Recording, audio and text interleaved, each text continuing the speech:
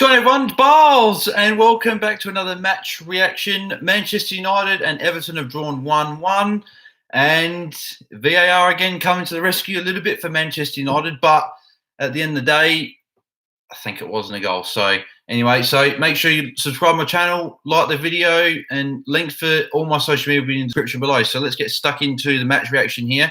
It was a close game, quite a close game. I think probably Man United had the edge in the first half. I think Everton had the edge in the second half. It was quite even in terms of a lot of the statistics. But at the end of the day, it's 1-1, and that's the scoreline. So, first half, obviously, with David De Gea, so I really struggled to know what exactly he was doing. That was just, yeah, I don't know. It was shocking. I cannot believe he just kicked the ball into Calvert-Lewin and just went into the net. It was ridiculous. It was just stupidity. Like, he had the amount of time that he had to get rid of the ball, and he just think, oh, I'm just going to hold on the ball for a bit longer, and then he kicks it, and it's just kicked straight into Calvert-Lewin. So it's like, what can you do? Unfortunately, he should have gone back to, I think it was Lindelof was on there, or Maguire. One of the centre backs was there, and he just turned over. It was 1-1. So a bit of luck there. And then obviously Bruno Fernandes with the equalising goal just before half. Was it before half time? Yeah, so about the half hour mark. So put it away nicely. He's probably Manchester United's best signing since Sir Alex Ferguson left. Like, I'm just going to put it out there. Who can anyone name that has been a better sign for Manchester United than Bruno Fernandes? I can't think of anyone that has. Like, Martial's been good in patches. He's showing glimpses. Maguire's obviously just got here. He's been quite good as well. So you could put maybe him in the argument. Wan-Bissaka's another one. But I think Bruno Fernandes is the guy that you would genuinely say has been our best signing since Sir Alex left. The impact that he's had straight away has been ridiculous. Maybe, no, Van Persie was while Sir Alex there. No, so I can't think of one off the top of my head. If anyone can think of one at all, leave it in the comments below or anything like that. Just let me know exactly, because I can't think of one. But he's played very, very well for us. I think 6 games, 3 goals, 2 assists. So not a bad life to start to life in England anyway. So yeah, and then obviously went in the second half. I think Everton started to claw back a bit more of the momentum than what they had in the first half. I think it's still very even. I think it was still quite even. I think it'd be like 55-45 Man United in the first half, and then maybe something like 55-45 in the second half for Everton. So they had the better of the chances in the second half. They, again, arguably, they went in front.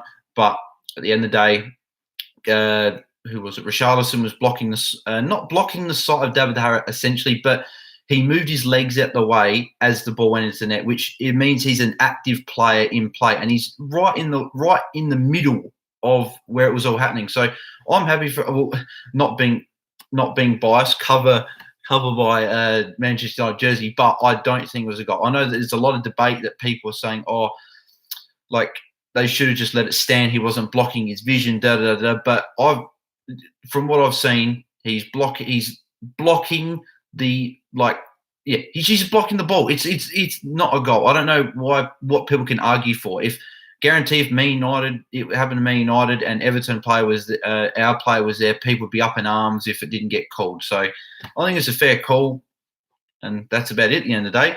Obviously, David De Gea made a great save as well just before that. I think it was can't exactly remember who had the shot, but he made an amazing effort. It might have been Richarlison, and he made just this amazing save with his legs, as he does.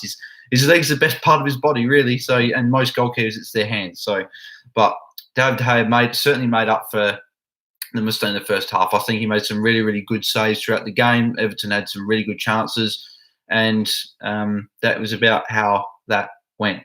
So we are going to get into the player ratings, I think.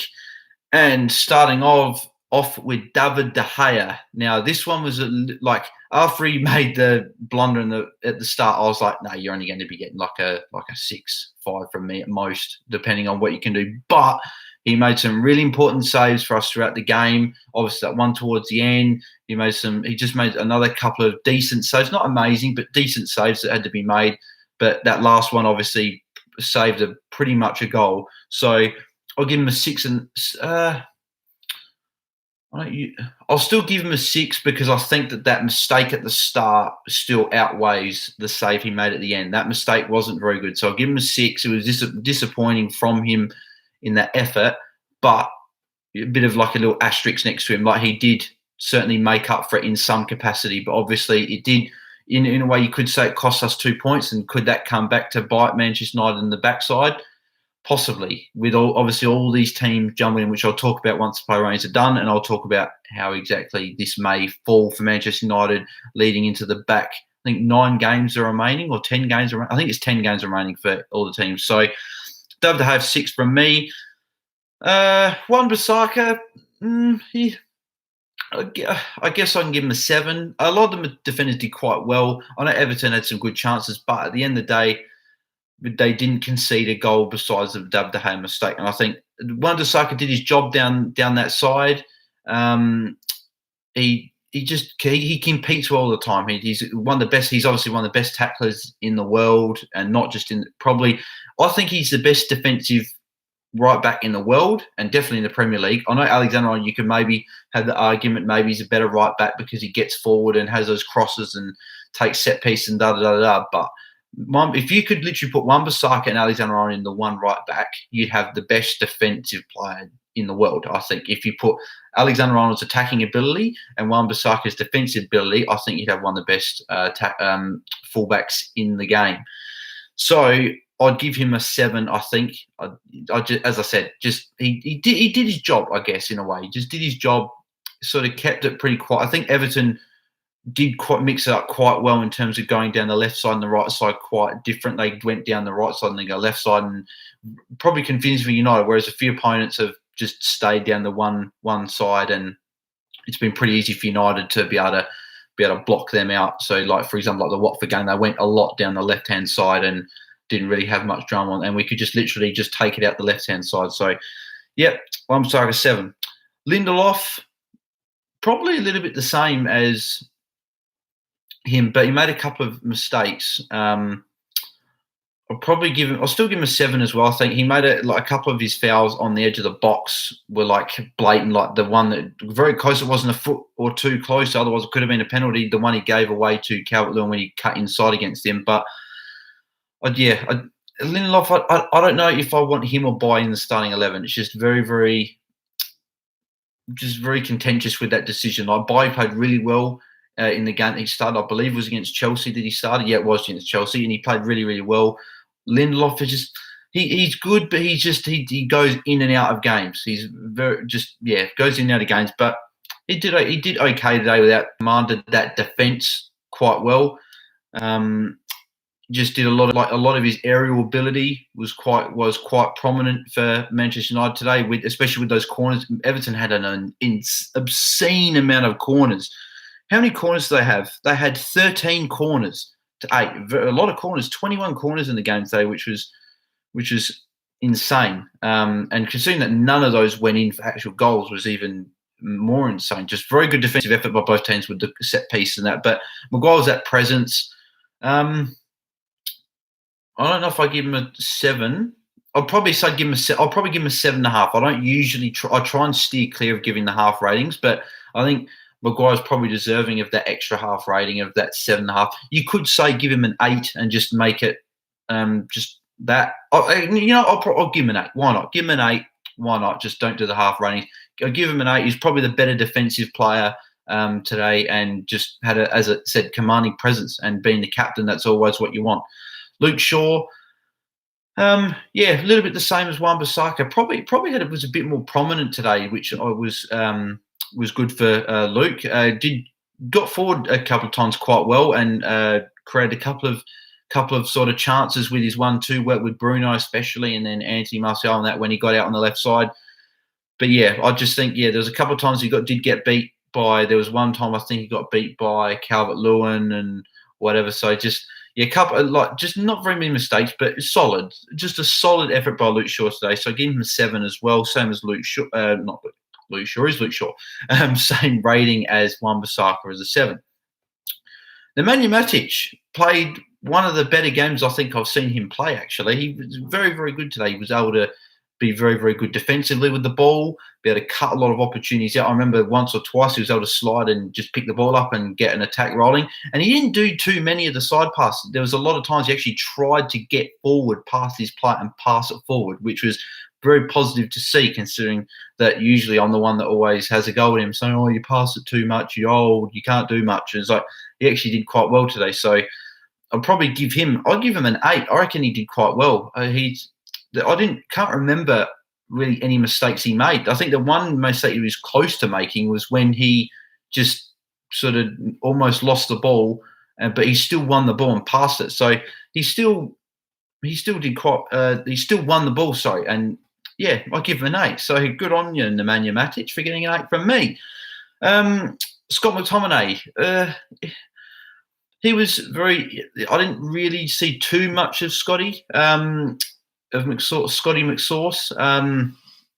He had a couple of moments when he got on the ball, but he's quite quiet. I don't think that this formation particularly suited him. I don't really think he's a centre mid, like just a purely box to box. I think he's better as that CDM guy that you could like put next to Matic or put next to Bruno or put next to Fred, one of those guys. So I'll give him a 6 because I think he was quite quiet in general. Maybe someone else has a different opinion, but this is just my opinion if anyone's listening. So I just think he's very quiet and just sort of a little bit isolated in a way in that role today. As I said, he's better suited in that 4-2-3-1, that defensive mid role, or like a 4-3-3 and being that more defensive mid. Fred played quite well. That handball he did was ridiculous. He hit his knee, didn't hit his hand. He didn't deserve. He deserved the yellow card because he did protest quite like emphatically and got right in the referee's face, which obviously you're not allowed to do. And obviously, if there's a lot more, he could have been sent off. So, yeah, I'll give him a 7. He played, as I said, he played solid. He gave the ball away a couple of times quite cheaply when he was trying to pass. So, bit disappointing with a couple of those bits. But he's been very, very good. Certainly been one of Manchester United's best players this season. So I'll give him a 7. Bruno Fernandes. What more can I say about this guy? He has to get a 9. He's man of the match for me. In terms of, from the United side anyway, and you could arguably say man of the match in general. He just has that commanding presence for Manchester United. He's been, as Peter Schmeichel said after the game, he's that number 10 guy that has that work ethic that Manchester United have been screaming out to bloody sign since Sir Alex left. And we've had a lot of failed guys. So like Angel Di Maria came in, failed. We've had other guys who come in, they failed. Haven't done Alexis Sanchez, another one to come in and failed, fill that role. Lingard hasn't been able to cut the mustard. Andreas Pereira not being able to cut the mustard. But Bruno's literally come in and he's just think, what, England football's just, it's easy. It's easy. It's nothing to me. And yeah, certainly one of the best 5 midfielders in the Premier League at the moment. That's for sure. You can't really put a lot of Premier League midfielders above Bruno at the moment. He's just performing so well, and he's got bite to him. I tell you what, he's got some bite to him. If he'll put in a tackle and win the ball quite a few times as well. And he works hard. He gets back. He gets all over the pitch. He's not just that number 10 guy like that Mesut Ozil who just essentially sits in that little pocket just behind the striker and then just feeds in the ball, which Ozil did good at that back in the day when he was in his prime, but now he just doesn't do it anymore. But Bruno just gets around the whole pitch and just does a really, really good job. So 9 for me, man of the match, and good performance. I'm so glad we signed him. He's been amazing. Mason Greenwood, straight away I give him a 6. He's very, very quiet. Mason Greenwood's got that tendency, like he's still young, he's still obviously got a lot of time to develop. He's a very good finisher and very good guy to have an amazing prospect, especially when you've got Rashford and hopefully Sancho when we get him. When you've got guys like that just being able to play together, and he's only like 19, which is insane. And he's probably the best finisher at the club at Man United. So yeah, it's 6, but as I said, he just needs to work on being able to get a little bit more involved in the game and just being able to link up maybe with Martial with those 1-2 if they're going to go with like this 2 up front with Greenwood and Martial. So a bit quiet, but certainly not having to go at him in any shape or form. Anthony Martial, I'll give him a 6 as well. This I could probably get a little bit annoyed about because he does go in and out of games too much. He needs to, like, when you've got your Van Nistelrooys, Andy Coles, Dwight Yorks, Wayne Rooney, Tevez, Van Persie, all those strikers from Manchester United and Cantona's, stuff like that, they will bust a gut to get into the box and finish. They'll bust their gut for the whole game, and not for if they're on for 80 minutes, they'll bust a gut for 79 minutes and 59 seconds. Essentially, the whole time they're on there. They may have 1 second where they're not trying, but Martial does go in and out, and sometimes he doesn't seem like he's very interested. So I don't know. I don't know exactly what to make of Martial, but I still think he's a great player. I still think he shows signs of brilliance, but we'll wait and see what he can do in the last 10 games of the season before there's any actions being made. If someone said to me, would you take someone like Mbappe over Martial? Of course, obviously. But if someone said maybe like a Haaland over Martial, at this stage, you'd probably have to say yes. You'd probably have to say yes, because Haaland's banging in the goals for Dortmund. Martial is getting goals for Man United, but he just doesn't have that tenacious mindset that a Man United striker has always had in the past. So, again, I'm not saying get rid of him. I'm not saying anything like that, but he's sort of a little bit on notice in terms of I know a few United fans are just it's a waste of time, get rid of him. And it's just maybe just hold that back a little bit. But I certainly do see their point. So we'll see exactly what he can do in the final few games of the season. So Brandon Williams, Juan Mata, and Odion Ighalo. Obviously, Brandon was only on for 4 or 5 minutes, so you can't really say too much, Ben. So I'll just give him a stock 10 to 6. Mata and Ighalo actually had a couple of good chances. Ighalo with that save by Pickford was insane that he made after that with that Ighalo chance. I thought we were going to go 2-1 up and probably going to win the game, but yeah, just sixes. I think that probably the changes maybe could have happened 5 minutes earlier when Everton started having a lot of succession of corners. I think United really needed to make those subs a little bit earlier because Greenwood wasn't getting too much involved in the game. I think Ighalo could have come on and made a little bit more of an impact. And I think McTominay obviously was quite quiet as well. Maybe Mata come on. So maybe the 65th minute, I probably would have made those changes, but at least it wasn't made in the 80th minute. It was made in the 7th minute. So we still had a chance, but unfortunately not getting the 3 points.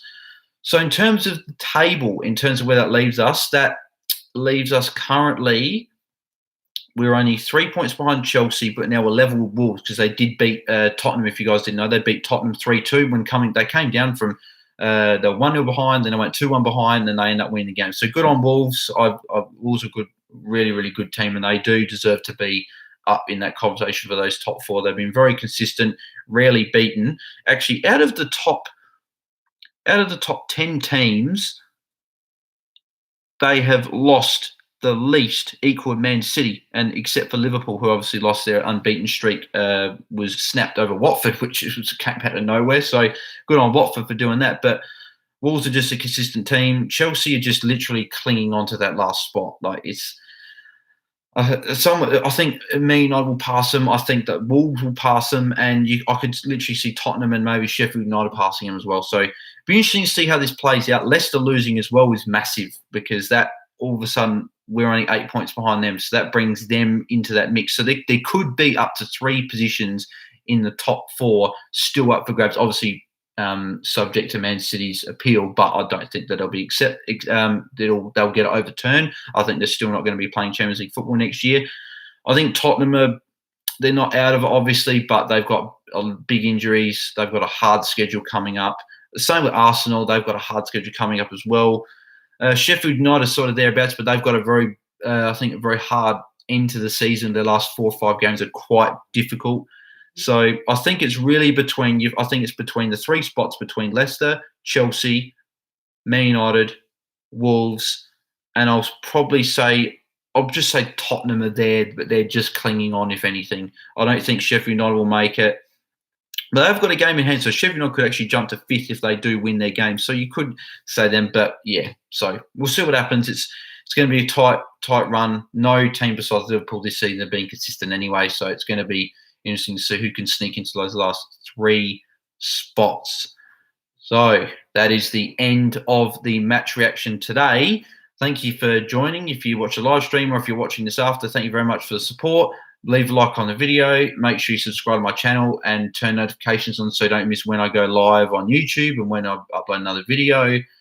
And all my social media links will be in the description below, so make sure you go and follow them. My Instagram, Twitter, Facebook page, everything. So it's all there. make sure you go and follow all of them and make sure you're across all my social media platforms. So thank you very much for watching, and I'll see you guys in the next video. I'm out. Cheers. Follow all of them and make sure you're across all my social media platforms. So